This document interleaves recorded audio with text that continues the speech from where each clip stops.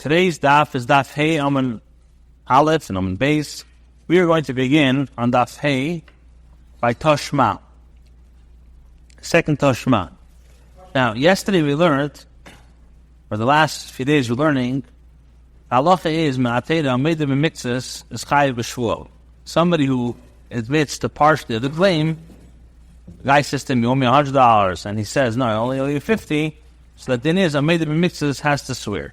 Now, we were discussing yesterday what's going to be a case of when the guy is a meidim b'mitzvahs, he admits to partially of the claim, but he says, hey lech, here you go. So when he says, hey lech, if he says, hey lech, is a person, is that considered a meidim b'mitzvahs or not? So we brought a machlekes between Reb Sheshes and Reb Chia. Reb Sheshes says, if a guy says, hey lech, he's going to be pater, and Reb Chia says he's going to be chayiv. So we asked different shilas on Reb Chia and Reb Sheshes, and that's where we're holding them. So just that's the yesod we have to know in order to for the next Gemara is if you say Halech, is that considered? Does Halech make a person chayiv b'shvur or not? Reb Sheshes says pater.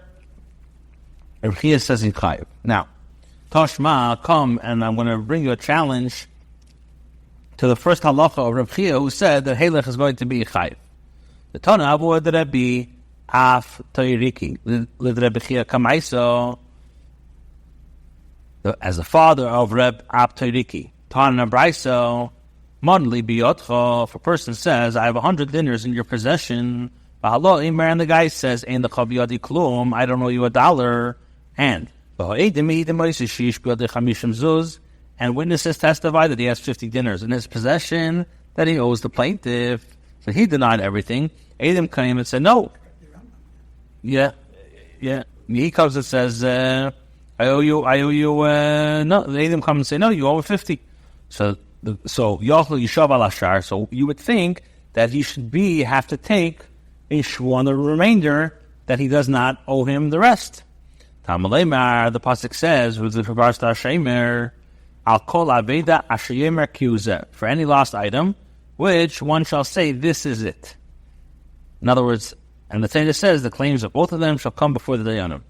So from here, we learn out, Al heidas pivata mechayve, a person's that the defendant is obligated to take a shua based on the admission of his own admission, the admission to part of a claim by his mouth. Yeah, the mechayve al heidas edim, but you do not obligate him to take a shua based on the testimony of witnesses. Right? So now, what's the question? Reb Chia says that if a person says, you owe me $100, and he says, I only owe you 50 halech, take it, he's chayiv b'shvuah. Now, l'cheira, what do we see from here? We see that from this Mishnah, that dafke, if it's al haydas pivat ha'mechayvi, but if it's through edim, you're not chayiv. Which l'cheira is a shayla Reb Chia, who says that Halech is going to be chayiv. We see that over here. What's happening over here? He says you owe me 100. He says I don't owe you a penny, and Adam comes and says that you owe chayiv. So that's a case of, and nevertheless we see. So dafke v'yatem chayiv das Adam. So the Gemara asks, it says mastisa koromis aled Reb Chia. You're asking the shayla under Reb Chia. The fact is, Reb Chia Tana Upadik. Reb Chia himself is a Tana and has the authority to be chedek on a brayso. Fredi Gemara v'ha krok amar. But isn't this a clear pasuk? So the Gemara says that pasuk is ahula meidim b'mitzvahs atayna. That pasuk speaks about the one who admits the part of the claim is obligated to take a shvuah. But if it's through edim, then he doesn't make the shvuah. V'avoid Rebbe af teiriki amar lach, and the father of and the Rebbe Truki's father. It tells you, ksiv hu, ksiv zeh. The pasuk says this, and it's written, ksiv zeh, chad l'meidim b'mitzvahs atayna. One tells me about a person who admits part of the claim is obligated to take a shvuah, and v'chad l'heidas edim the pater, and one word is stated to teach, then the case that involves the testimony of witnesses, one is pater from taking a shvuah. That's okay. Yes. And that's avoid apteriki. So Fredi Gemara v'idach. How does the other, in other words, Reb Chia interpret the double pasuk. So he says, "Chad l'meidim b'mitzvahs." One will teach me a meidim mitzvahs, and v'chad l'meidim min hataina. And one word is teaching us that one is obligated to take a shvuah only if he admits that he owes an item that is the same type of the claim. So if the teveah claims one type of item and the defendant admits to owing a different type of it, that's not considered a meidim mitzvahs. The idach and the other one, Rabbi Abtuki's father. So he says, min hataina lespe, does not accept the principle that one is required to take a shvuah if he admits that he owes an item that is of the same type. So the Rabbi Gamliel, he owes the Rabbi Gamliel. The Tanan, we learned in the Mishnah, Tanu chitin, v'heidali b'sein. If the guy claims that he owes him wheat, and the defendant admitted to owing him barley, which is less expensive than wheat, potter is going to be potter. And Rabbi Gamliel says, Machayev. Rabbi Gamliel says, you're going to be chayev. Okay, so now the Gemara says a story. Ahu raya dava masrei kol yema chivusa besadi. There was a certain shepherd to whom people would give their animals for safekeeping every day, and it was done in the presence of witnesses. One day, they gave the shepherd animals without witnesses. So what happened? Let's say from at the end of the day, he said to the owners of the animal, you have to give it back also with the ages, and one day it wasn't that the ages. Or he can't deny it with it. Yeah, okay. He gave it with Adam and has to give it back with Adam. One day he returned it to the ages, and at times he gave it back. Or he says, "So you never gave it to me." Also, sad the akal the achal tartiminayu. And what happens? Witnesses came and testified against them that he ate two of them. He says, "I never got any of them," and witnesses came and says, "No, you ate two of them." So Rav Zera says, "Im isa Rabbi Chia kamaisa." If Rabbi Chia's first halacha is so, then mishtaba shara. Rabbi Chia says that halach, a person has to swear. So this is like a case of halach or a meidim mitzvahs. It's not through him, but through somebody else. So the shepherd will have to take a shvuah with regard to the remainder, or else he has to pay the value of the animals to their owners. So this is a shayla. I see over here. What happened? So he can be minded that he took two? Oh, one second. But beforehand, we want to upshlov Reb Chia, and the case of halach is going to be chayav. Why? Because over here, the shepherd claims he didn't get anything, and then Adam came along and saying you got something. You ate two of them, and what do we see from here? We see he doesn't have to make a shvuah based on Reb Chia. Halach, he'd have to make a shvuah. Mm-hmm. So Abaya says, "Im Yisa the Mishtabo, if Reb Chia's first halacha so the shepherd takes an oath. Im Yisa Mishtaba. Well, Gaznu, isn't the guy a robber? The witness established through the testimony that he took and ate some of the animals, so he lacks credibility." So later, Zayda said to him, "Shekinegde kamina." I don't mean that the shepherd should take the shvuah. I'm saying that the party opposing him, the teveah, he takes a shvuah that he owes the rest of it, that he's owed the rest of it, and it collects payment. Where it says, "Hashtanami," the lesser l'Rabbi Chia. Now, if it's so that the halacha is not in accordance with the opinion of Rabbi Chia, and testimony supporting part of the claim does not obligate the defendant to take a shvuah with regards to the rest, so then the Beis Din should still obligate the shepherd to take a shvuah due to Reb Nachman. And since his oath is not deemed credible, the plaintiff, the teveah, should take an oath and collect payment. If a person says, "I have 100 dinners in your possession," and the guy says, I don't owe you anything, the din is potter. He's going to be potter because he's koifer hakim. But Reb Nachman says, "Shvuah mashpin eisei shvuah seses." Nevertheless, the Chachamim administer an oath onto him. Reb Nachman was misakin this takana that even if the defendant is he's a koifer hakim, he's obligated to take a shvuah that the claim is false. So therefore, the shepherd is obligated midrabanan to take a shvuah. So that's what he says, that even if Reb Chia is wrong, nevertheless, the shepherd will still have to make a shvuah midrabanan. The word says, Reb Nachman takanti. Reb Nachman is a made a takana midrabanan. Daf-hey would base the takanta levdin. Now, if the nitva is we are choshel with regards to taking a false oath, So then the Teveah takes the oath and collects the money. That's also midrabanan. Now we did not make a takana for a takana. Therefore, no oath is administered. So the Gemara says, but why not let Rabbi Zera learn that he's disqualified from testifying or taking an oath because he's a shepherd? The Stamri apostle, an ordinary shepherd, is disqualified from testifying. A shepherd has a chazaka to be a gazlan. So shepherds allow the animals under their care to graze in other fields. Where it says like kasha, this is not a shaila. Hadi day, hadama. That case where it's presumed that he's a robber is a case where he has his own animals. In this case, where it's not presumed that he's a robber, is a case where he herds animals that belong to others.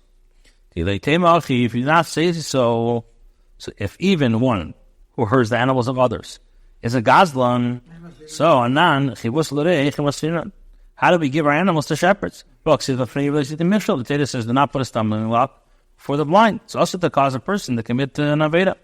Chazaka, rather, we have a chazaka. There's a chazaka, a person sins only for his own benefit, and will not commit robbery for the benefit of animals that are not his.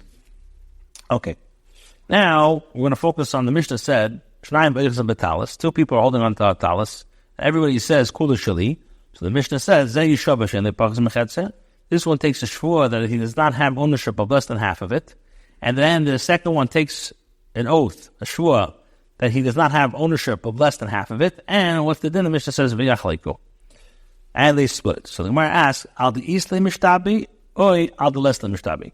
Does he take an oath with regarding to the part that he has in his grasp? In other words, taking an oath that it's his, or does he take an oath with regard to the part that he does not have? In other words, does he that he does not have a claim to less than half? One that what I have belongs to me, or if you say that, yeah, so you're saying that this happens. He doesn't have.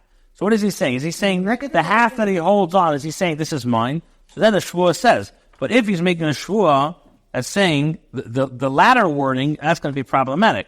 Why? Because he may mean that he does not have a claim to the beged at all. Doesn't have. Or the lesson Shabbat, or shenish bal masha ein loy betalis. Kalem masha ein loy bashlish edivia. Correct. Doesn't have anything. So Ravuna, when it says he has to take a shvua, that damar shvua sheyishli biyadi. Sorry, shvua shtapa beili b'pachas mechet. He has to say, I'm taking a shvua that I have a claim, and I'm taking a shvua that I do not have a claim less than a half. The Gemara says, "V'neima shvua shakula shali," but let him say, "I've taken a shvua that all is mine," as that is his claim. Why does he take a shvua that merely half of it belongs to him? So the Gemara says, "Would we give him all of it if he takes a shvua? Since he will not be awarded the entire beged, it's inappropriate for the Beis Din to give him a shvua that he owns all of it." So the Gemara says, "V'neima shvua shechatz shali." Let him say, "I'm taking a shvua that half is mine." Huh? Well, all he is, I is that I'm swearing this. So he's saying kula shali. That's his title. Right. So the question is, so he should swear that everything will, even if I'm not going to award it, but he should swear to what he. Right. So that the Gemara answered because he's not going to get all of it.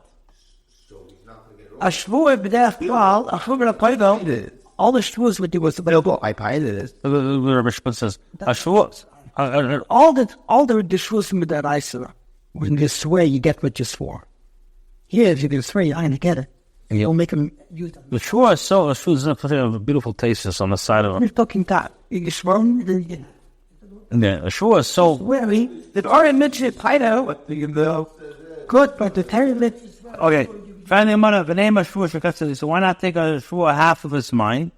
So my answer is, if he takes a shvua to that effect, then Merale Lidibur, he compromises his initial statement that he said kula shali. So Mar says Haftanami Merale Lidibur. Now, when he takes a shvua, according to Huna's, he also compromises his initial statement as he takes a shvua with only regards to his claim to half the garments. So Mar says Damar kula shali. He says he's making a statement to the Beis Din, all of it's mine. Well, but according to your statement, I'm taking a shvua that I have a claim of it, and I do not have a claim to less than half. In other words, half he's holding, and that's for sure mine, and I got a claim of the whole. He's saying, I'll spell out Samir.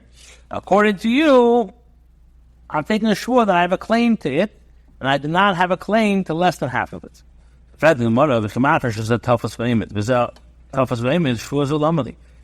if this one is standing with half of the begit, he's grasping the half of it, and the one is standing with half of it and grasping it. In other words, each party is basically receiving what he is holding on to. So the Gemara asks, why is it necessary to make a shua? Rabbi says, shua is utakanas chachamim. The oath is takanas chachamim. Shelo yekol echad echad heilif b'teika b'talisa shachamim v'emer shelo yihu. But not every person will not go and seize the garment of another and say it's mine. So the Gemara asks, v'neima migay dechashad amemena chashad nami ashua.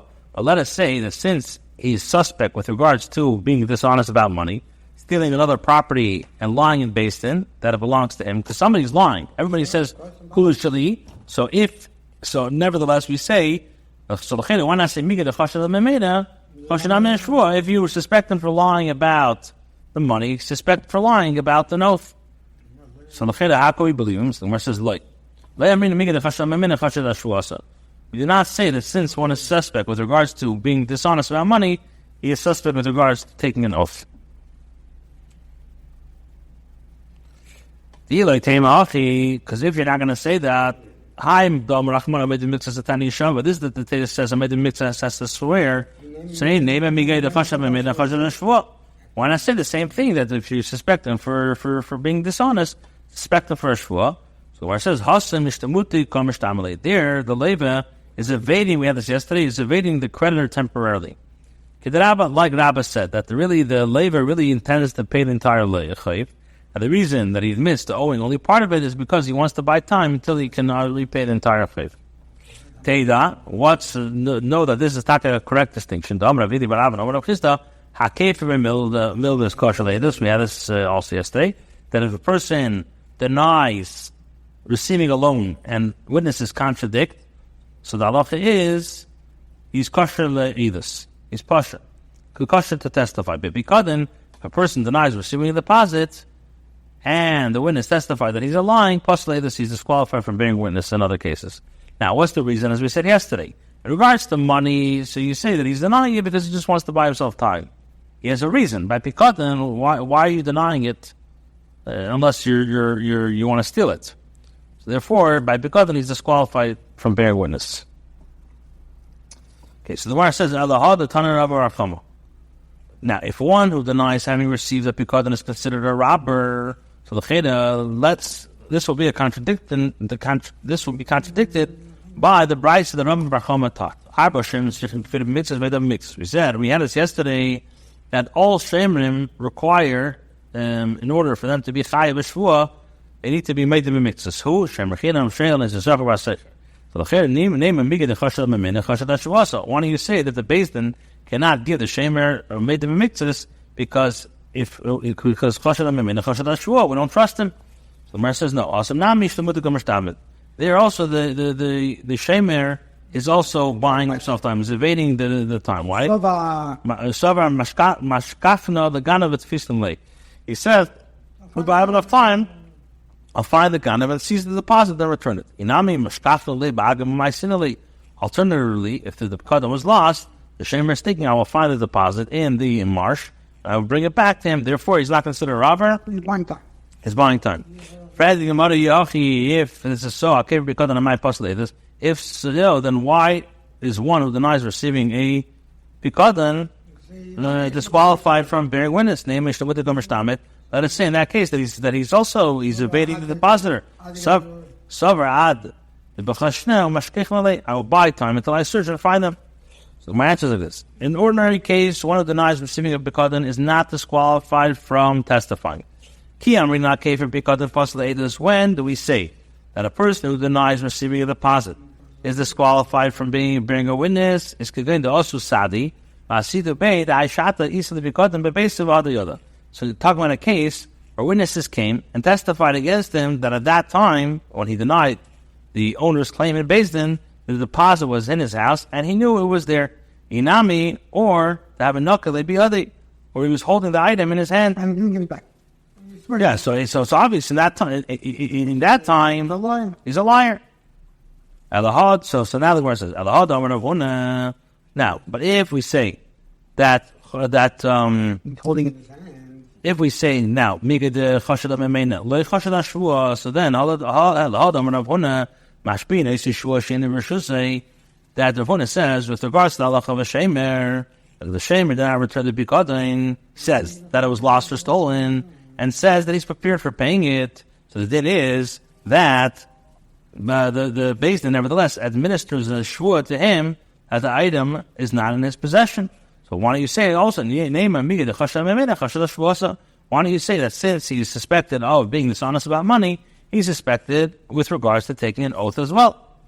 So the Marachan says, Hasam Nami, there too, the Shemer is, we don't say he's suspected for being a robber, even if he took the Pikadin for himself. As made of Omar, he makes a heter for himself, and he says, to make Kayavina late. I gave him money for the item. I did nothing wrong. So he says at the end of the day, I paid for it. Even though he's holding. And he says, if it's sold for them, I paid for it already. Now he says, by paying for the Pikadin instead of returning it, isn't he over on the Isser of Leisachma? You're not allowed to covet your friend's wife, etc. So the Cheder one is over the Isser by taking an item from another by force, even if he pays it. So the Gemara says Leisachma Leinosher Balav the main Mashmalu.